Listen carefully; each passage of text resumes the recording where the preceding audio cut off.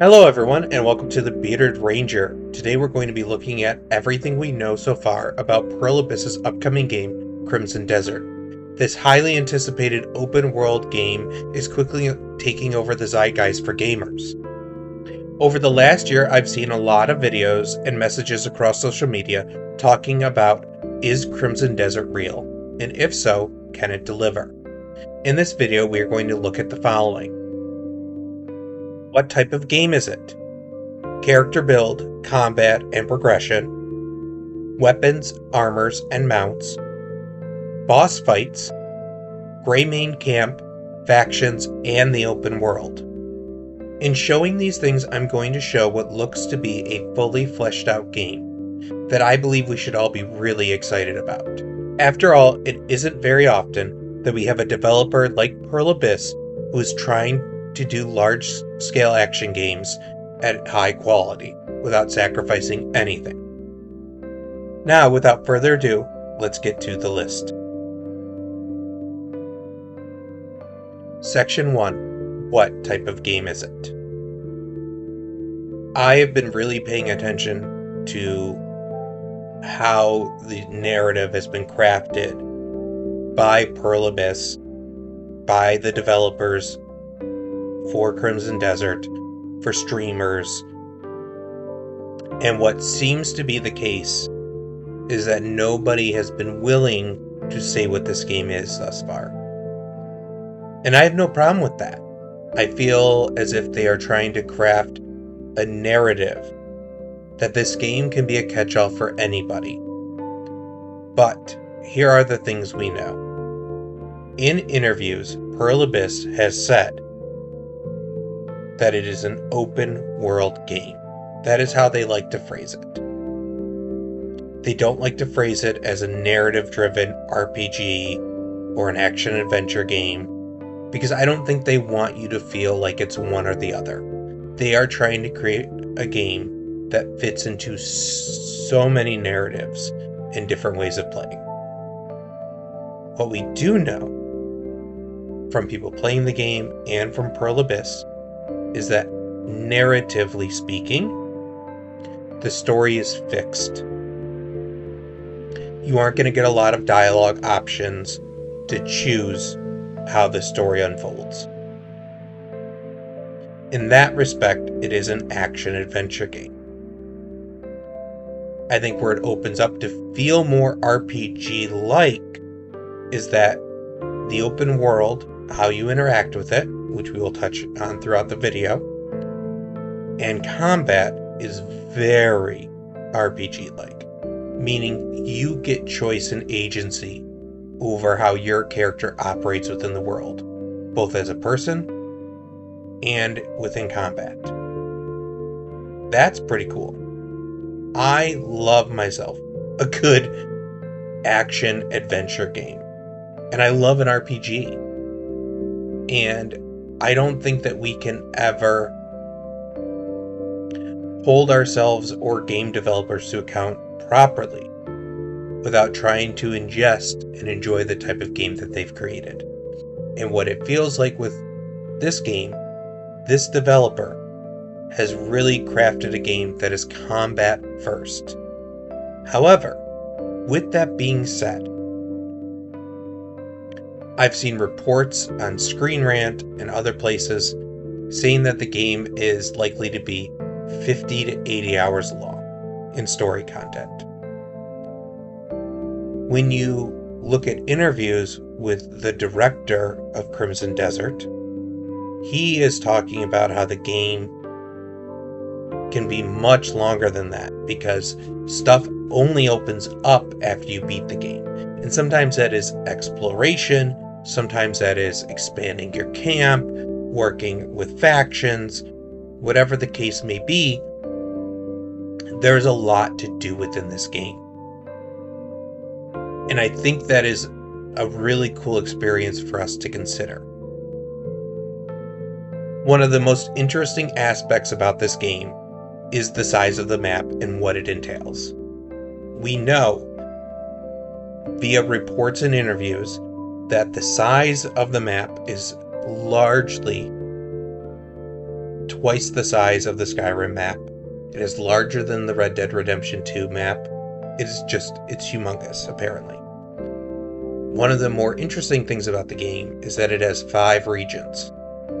It has Hernand, the starting point of your journey. This area is full of mountains and rivers.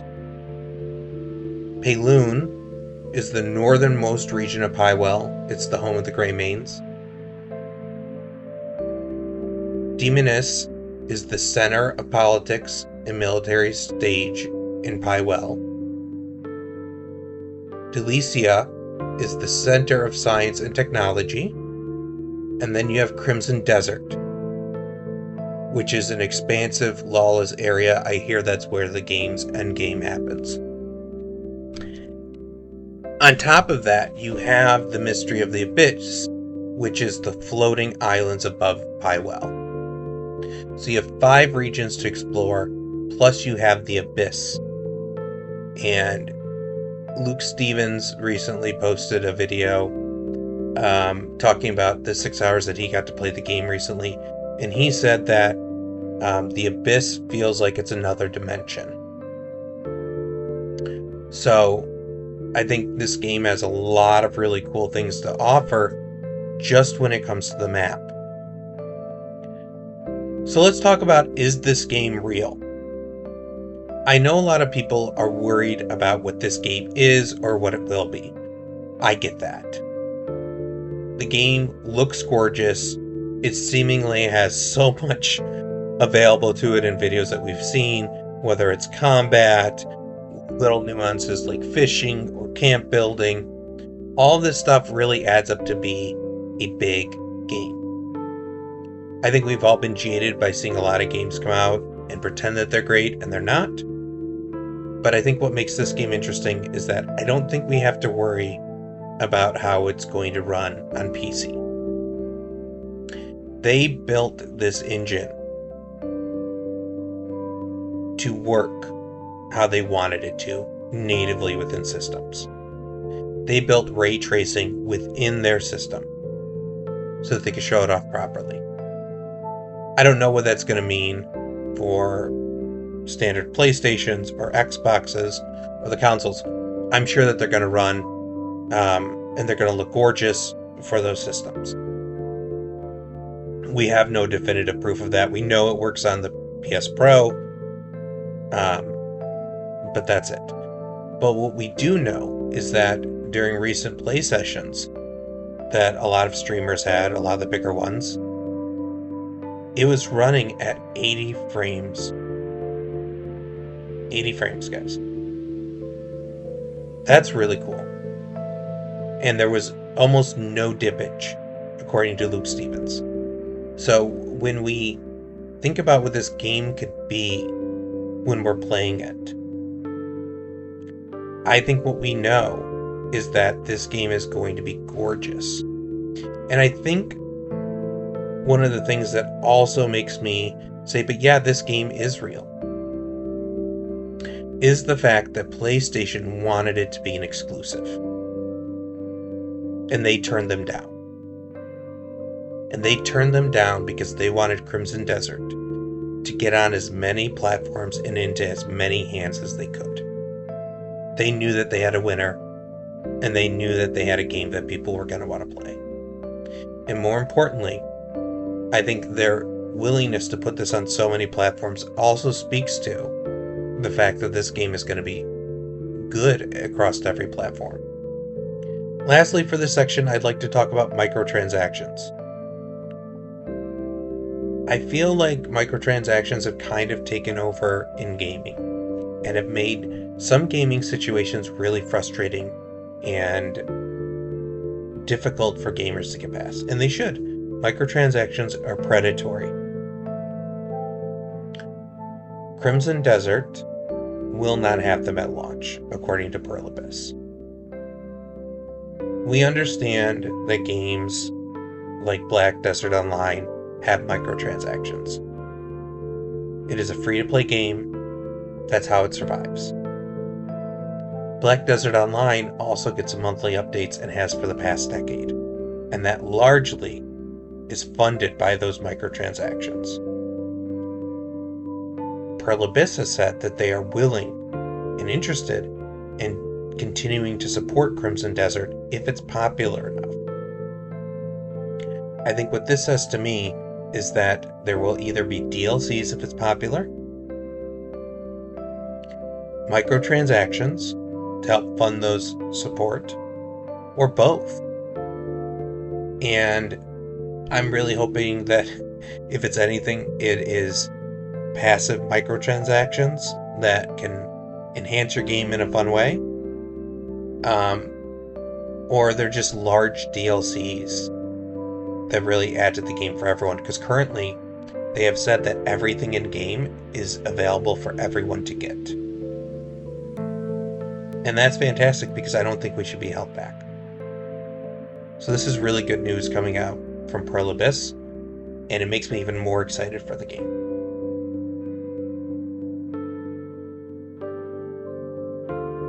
Section 2, Character Build, Progression, and Combat.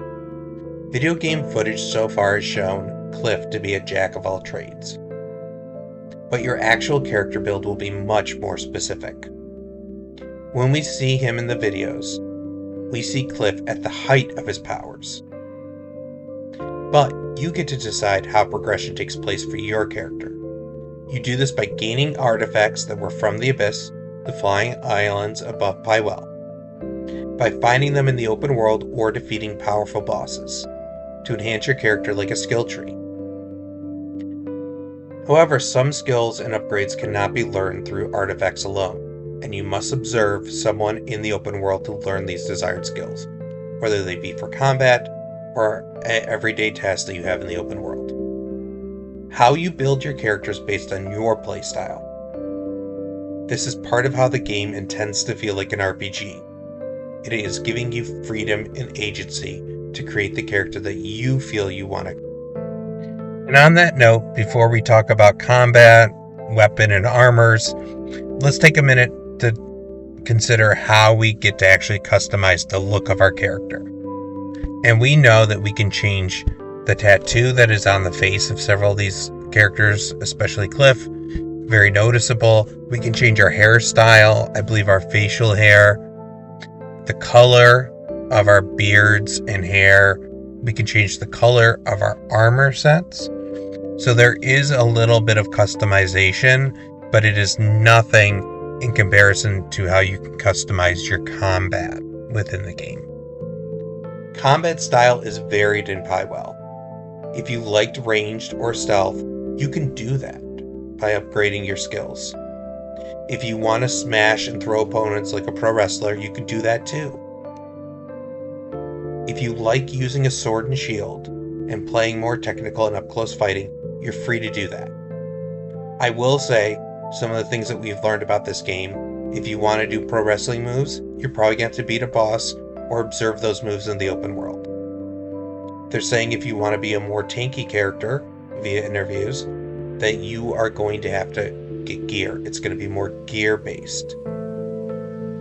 So you may not be able to upgrade your skills in a way to do that without also getting the gear to do it. Not surprising. What I love most about this is you can learn from seeing in the world, defeating bosses, and using artifacts. What this offers you is a unique playstyle that is all your own. But if it is in the world, then technically you can learn it. Combat can be as creative or as limiting as you want it to be. So the character of Cliff that you create in the world is going to be your Cliff. Not many people are going to build a character that is specifically like yours. And I think that's really neat. Because often in games I find myself mixing and matching across multiple different ways to do things. I'm always a health first guy. I like to have my health nice and high. And then I'm usually more of a stealth guy, and if I have to, I tank. I know a lot of people like to be a stealth ranged character. So I'm really interested to see how people take this area of the game. and what type of builds they create.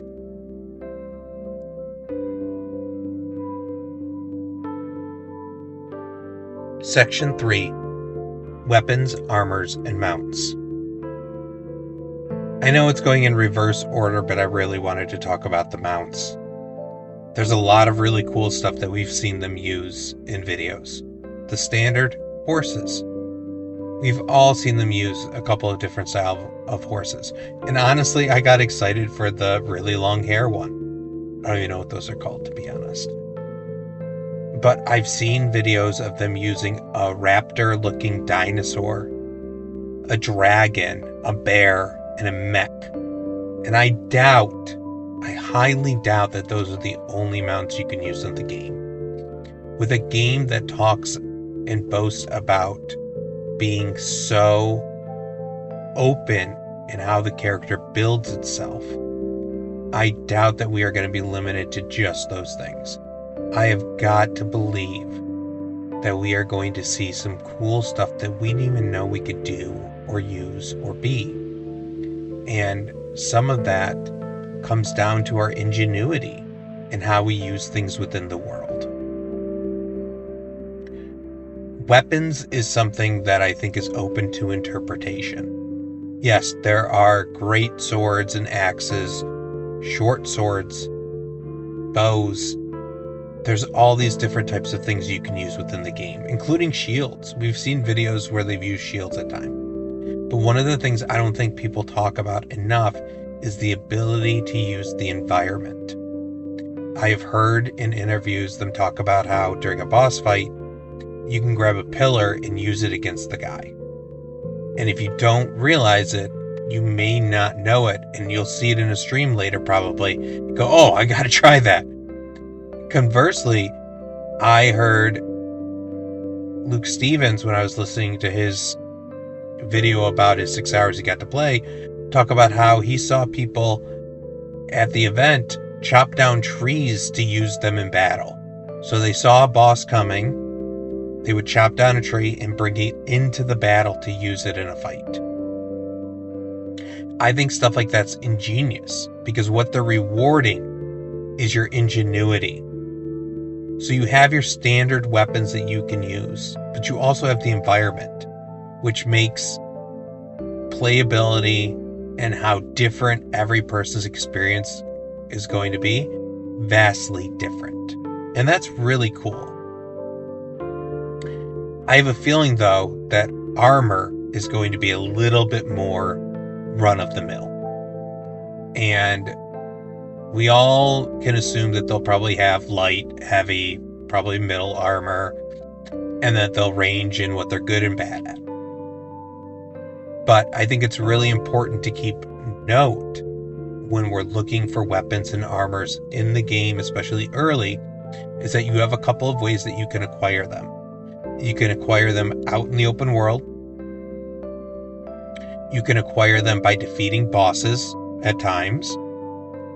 You can create them by getting blueprints and then getting the correct material. Or you can make them. But that isn't the end of the journey for those, because as we know, when we were talking about the character build, part of what you can do within the game is that you can customize that look of that suit if you don't like it to look how you want, to be the color you want, I should say. And that customization isn't a lot, but if you are really into player agency, something as simple as a different chest plate might make you feel a little bit more into that armor set that you need to use for the next 10 hours.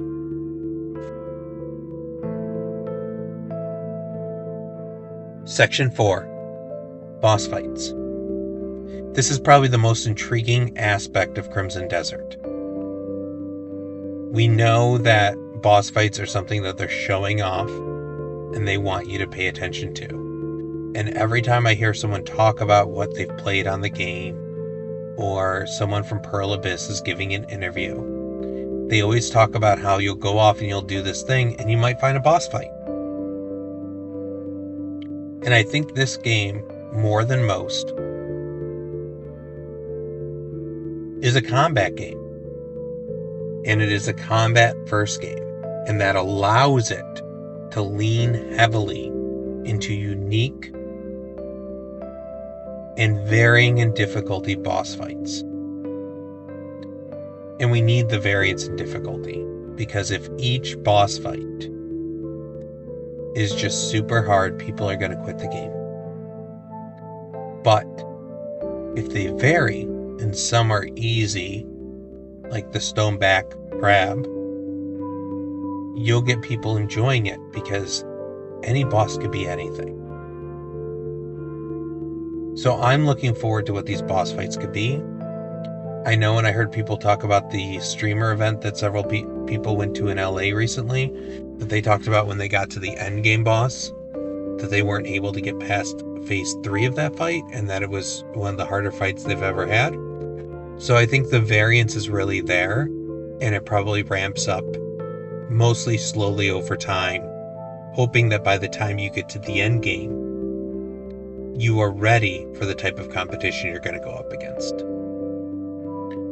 But that isn't without benefit, because as you defeat these bosses, you will also be receiving one of 3 things from each of them: a move or moves, weapons, or an armor set. And in any case, you are going to benefit in a way that will help propel you forward within the game, making each boss fight worthy of your time and attention.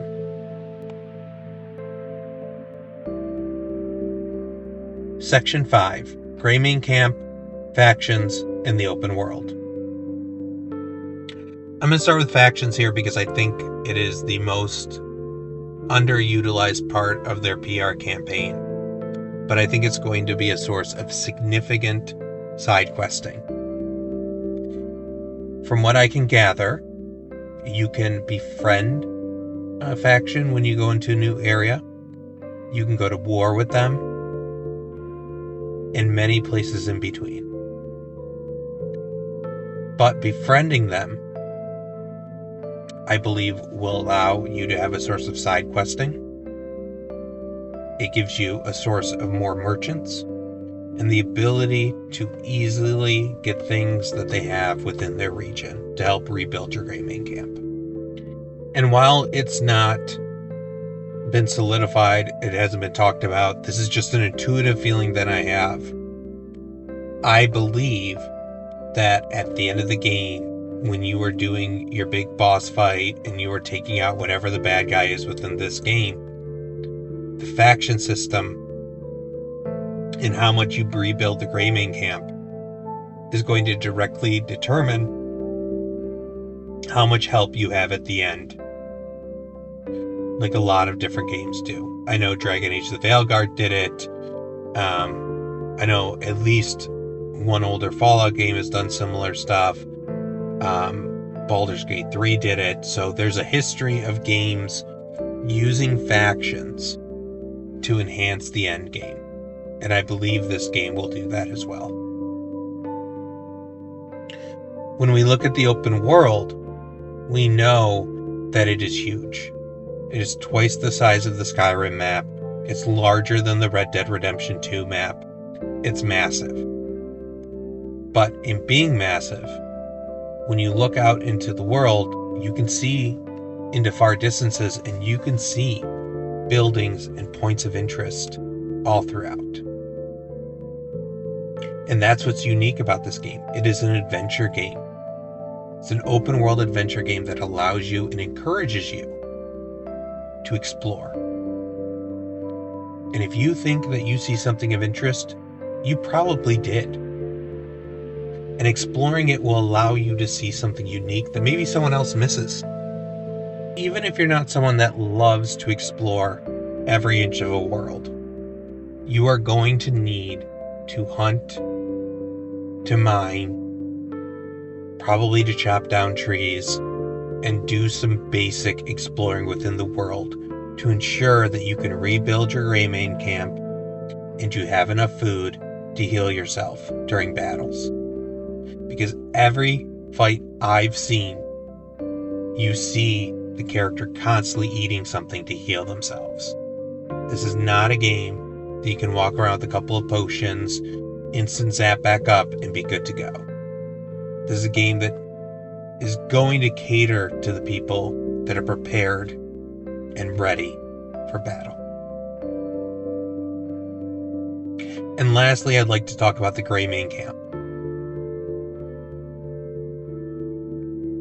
When you think about what this camp is going to be, I instantly think Valhalla and their setup within the game. It looks more intricate though, because you can cook there. You are the one literally building, which is a really cool, neat little addition. It kind of reminds me of Ghost of Yotei when she's forging her sword and stuff. The immersion within the idea of the open world in your camp is vitally important to your long-term enjoyment of the game. We know that there are going to be characters that you're going to hear about, some Greymanes that are in the mountains or over here or over there, and that's part of how you're going to start to get people. And once you've found those lost Greymanes, or they have found your camp, you'll be able to start to send people out on missions that you won't even be a part of, that will allow them to help you in gathering supplies, to blockade a road, to do different things that are needed for you as you fight to take control of these areas. It is a really cool minigame feature that I think we're going to have to be strategic about in how we implement. Because much like with food in the game and everything else, you can't just wing it. You have to be prepared. And if you're prepared, you're going to do just fine.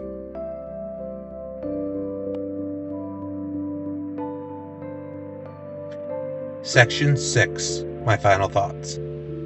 Crimson Desert is a game that has been in the zeitgeist that people have been talking about for a long time. A lot of people have a lot of questions about the game, and rightfully so. We haven't seen any proper gameplay of PlayStation or Xbox consoles yet, outside of a little bit of footage from a PlayStation Pro.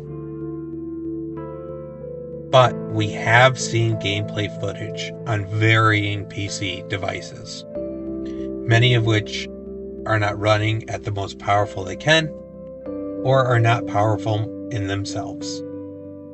And we do know that we are getting a good 80 frames with ray tracing in those circumstances.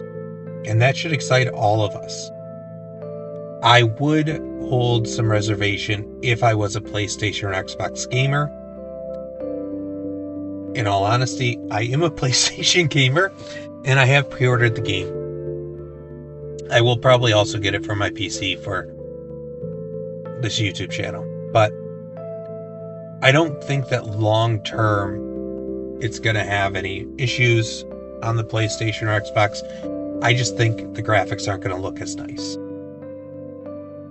But this game has plenty to do with 50 to 80 hours of story. It has side questing, just in living life, like the immersive aspects of this game are going to give us hours of gameplay. I believe that you will be able to do peaceful playthroughs. Not of the whole game, but I've got 3 hours and I want to go fishing. You can do that. I believe firmly in certain areas of the game, you are going to be able to do that. And that is super exciting in a game that is built on combat. I know that I'll be playing this day one, and I hope you will too, or you'll be looking for reviews and anticipating the game as much as I've been anticipating the game. And I hope that you found this video useful and helpful and has made you more excited and helped you understand things that you didn't know about the game. And if it has, please give this video a like, please subscribe to the channel, and we'll see you on the next one.